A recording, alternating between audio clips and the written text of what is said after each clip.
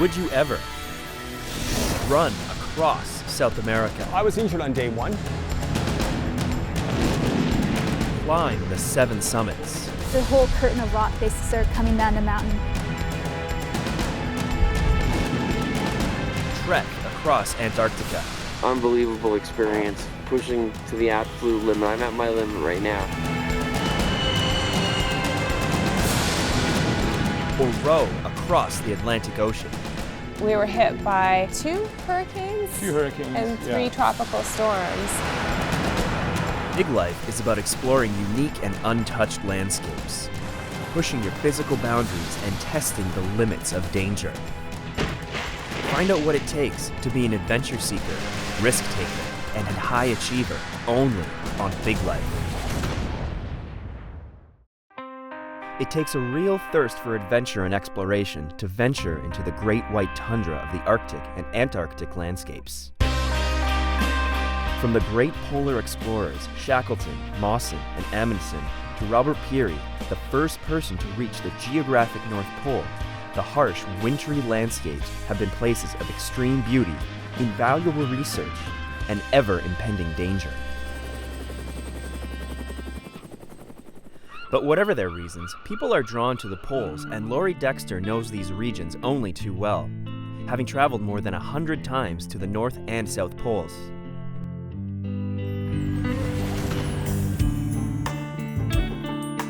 They work on ships and take people to the most remote parts of the world, primarily the polar regions.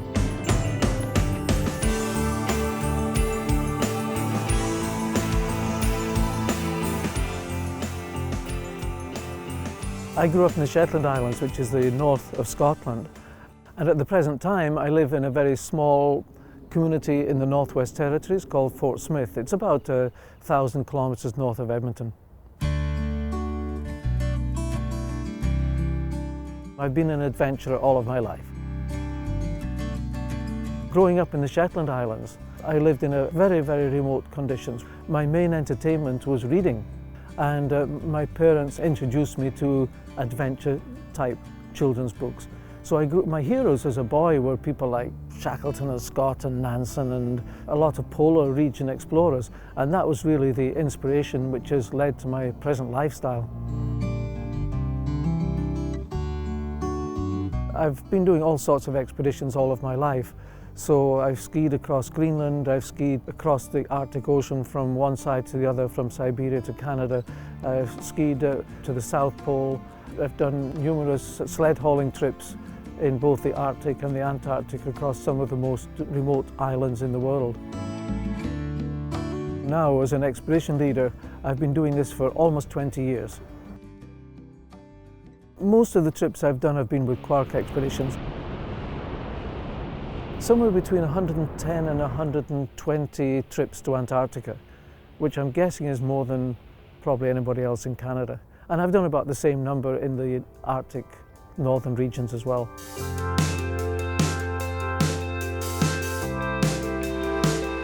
We come into port, passengers arrive in the middle of the afternoon, we set sail, and in case of the Antarctic area, we have to have 2 days crossing over some of the roughest seas in the world, known as the Great Passage.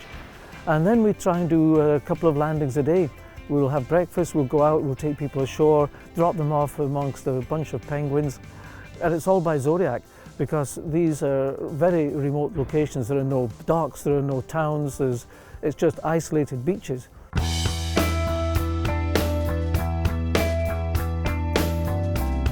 I spend most of my time divided between the Arctic and the Antarctic, and one of the most common questions that people ask is, what's the difference? Or are they the same? And in fact, there are more dissimilarities than there are similarities. The Arctic is an ocean surrounded by land, the Antarctic is a land surrounded by ocean. The Arctic has people living, has had for millennia. The Antarctic has never had Aboriginal peoples of any sort. The Arctic has a wide variety of wildlife, all living in a very tight system of predation. The Antarctic has very few species, but living in vast numbers. And that's why the Antarctic is so rewarding for people. There are no land predators in Antarctica. So as a consequence, anything on land is not likely to be afraid of us. And so you have that more intimate access to nature in the Antarctic as over against the Arctic. In Antarctica, when we take people ashore, we can pretty much let them go on their own resources. In the Arctic, we have to carry guns. Polar bears are the ultimate predator. It's not really that polar bears want to eat us, but they're enormous animals, they're very curious, they're very intelligent, and they will approach us. And so if we see a polar bear on shore, we don't go ashore. If we are on shore, then they can pop up. They're like a white ghost. They can come out behind a rock, they can swim across a channel, and they suddenly are there. So in the Arctic, we have to accompany people. I've never had to shoot one, thank goodness. It would be a devastating thing to have to do, but it happens. People have had to, and I've actually had to fire my rifle quite a few times to scare them away. One of the biggest challenges we face is the weather. You're in remote places where the weather is really quite unpredictable. You're often landing in a bay or a fjord, and you know the general weather pattern, but these little places create their own weather patterns, especially in Antarctica where you have big glaciers coming down. And the winds, the air in the upper levels of these glaciers gets cold, and cold air falls and it begins to roll down the glacier, and it picks up speed and it just hammers you off the shoreline. These are called katabatic winds, and they can take you by surprise. A number of times I've been in a situation where we've had people on shore and suddenly the weather has changed and the wind has picked up and it's gone way, way, way above our normal operating speed, and you're having to be out there in small zodiacs bouncing around, and it can be quite scary at times.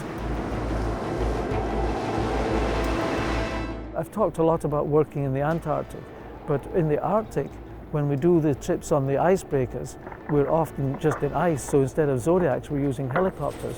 I've had an occasion where we were on shore, we had a lot of people on shore, the helicopter was doing a shuttle back to the ship. This was with a very big Russian helicopter that normally carries 20 people, and we had 37 people on shore. The weather was closing in, the fog was coming in, and the pilot called to say, I can't continue, I can't come back, this will be my last trip. But that meant that we would have basically 17 people left on shore, who knows how long, maybe overnight, so on. Called to the pilot and said, put them all on. So we did, we put everybody on and got them all back to the ship. Just as well, because I don't think the fog lifted for 2-3 days after that. The one thing that still impresses me is the power of nature. We were coming across the Drake Passage last December, and we hit a really big storm that peaked at over 100 knots. Now that might not mean a lot to some people, but 64 knots and above is hurricane. So 100 knots, it peaked almost twice hurricane force. And it was like watching a wall, just like watching a huge walls of water coming towards you, breaking the crest, breaking over, and the ship going straight into it, because you couldn't go side on, or in a small ship like that, it could roll you over. And just the captain took it off autopilot, and he just steered every single wave, following the waves. That was quite scary. When we go to Antarctica, people often look around and they see these amazing mountains and the wildlife, and they say, well, you must never get tired of this. Not really, you don't get tired of it, but you know, you get accustomed to anything. So I'm not really excited about seeing another penguin, but I still remember the very first time I did, and I realized that that's what they are feeling. So the thing that really is most rewarding about working for a company like Quark Expeditions is the people. Because every time we get a new group of passengers, we might be quite tired, we've just finished a rough crossing of the Drake Passage, you haven't had much sleep, but you meet all of these wonderful people coming on board, full of enthusiasm, a bit excited, a bit nervous, and you just feed off their energy. And that's really what keeps me going in this work, is the rewards of working with people.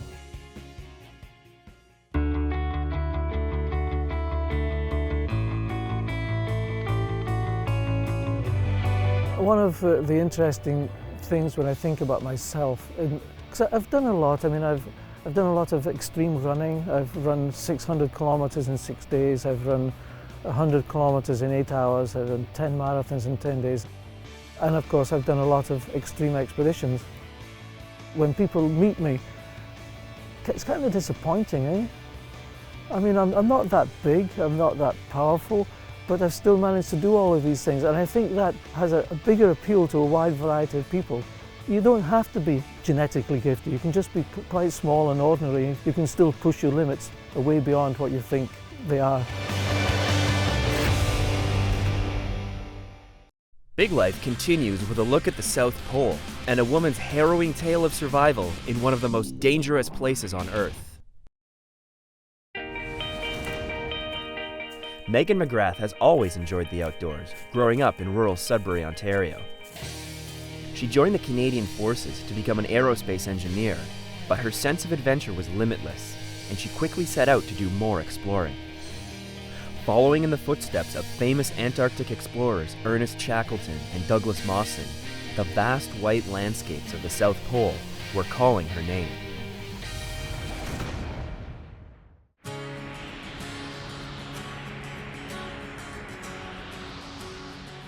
I've completed both versions of the 7 Summits Climbing Challenge.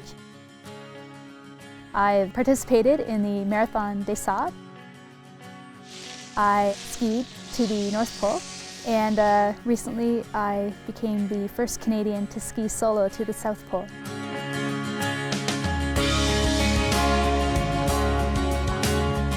The idea for the ski to the South Pole came when I was on Mount Everest in 2007. We were getting prepared and ready for the summit push, and I was reading a book about a normal person who wanted to ski to the North and South Pole. And I literally had a eureka moment. I was always wondering what I would do after climbing Mount Everest. I knew I had to do something, or wanted to do something. I always had in the back of my mind a polar expedition, but now that I saw this, what it took to make happen, I realized that it was something I could actually achieve. It took about 2 years of planning to make happen, but in 2009, I was on my way to the South Pole. My journey to Antarctica took me from Patriot Hills, a base camp in Antarctica, to the South Pole. The distance was approximately 1,095 kilometers. I estimated that it would take 45 to 60 days. It ended taking me 40 days. I had just over 200 pounds worth of gear with me, and no injury.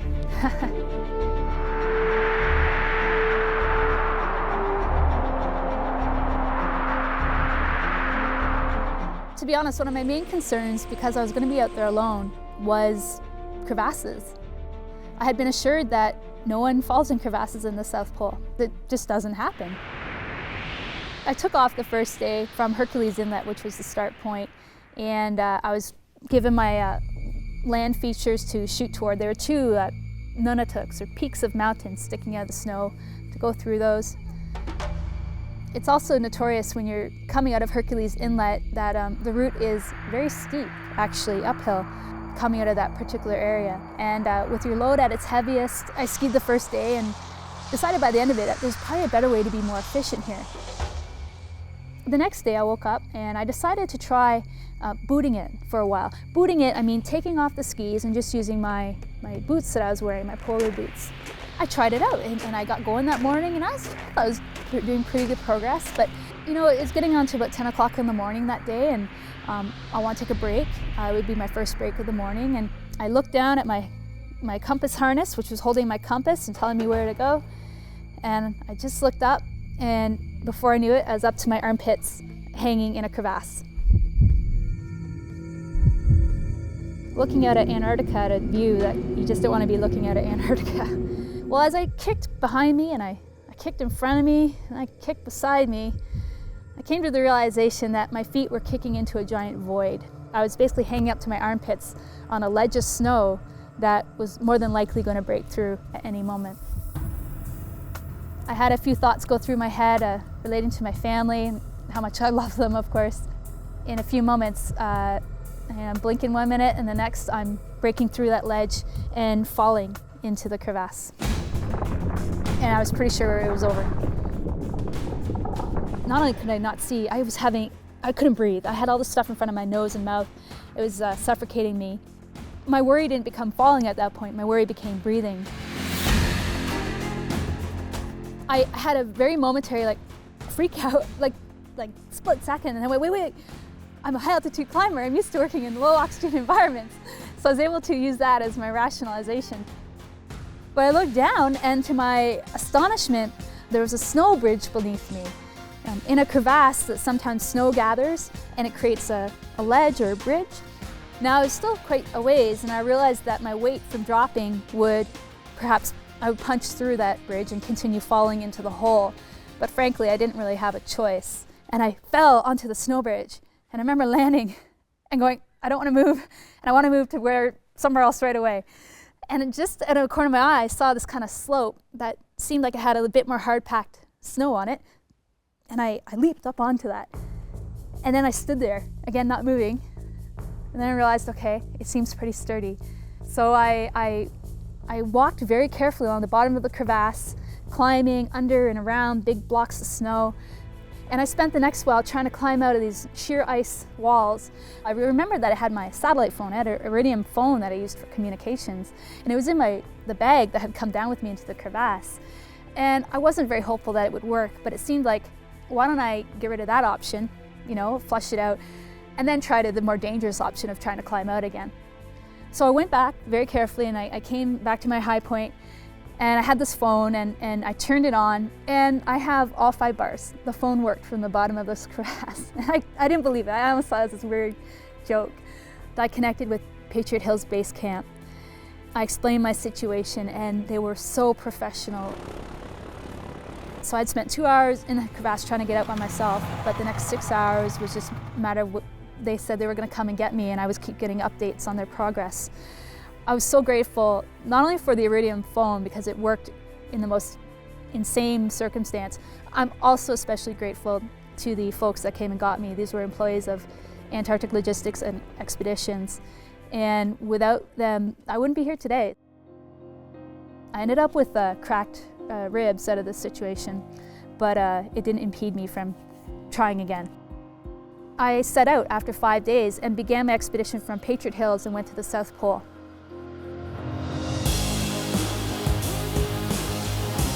I was out there every day skiing along and pulling this heavy sled and all by myself. It was really absolutely fantastic from that perspective. But to be honest, the trip did take on a different tone from when I first set out from Hercules Inlet. But then I had this scare, and I really wanted to finish. That's what it boils down to. Sometimes I would take the time to really appreciate what I was experiencing. I'd take the time to look out and go, wow, who else gets to see this day after day after day?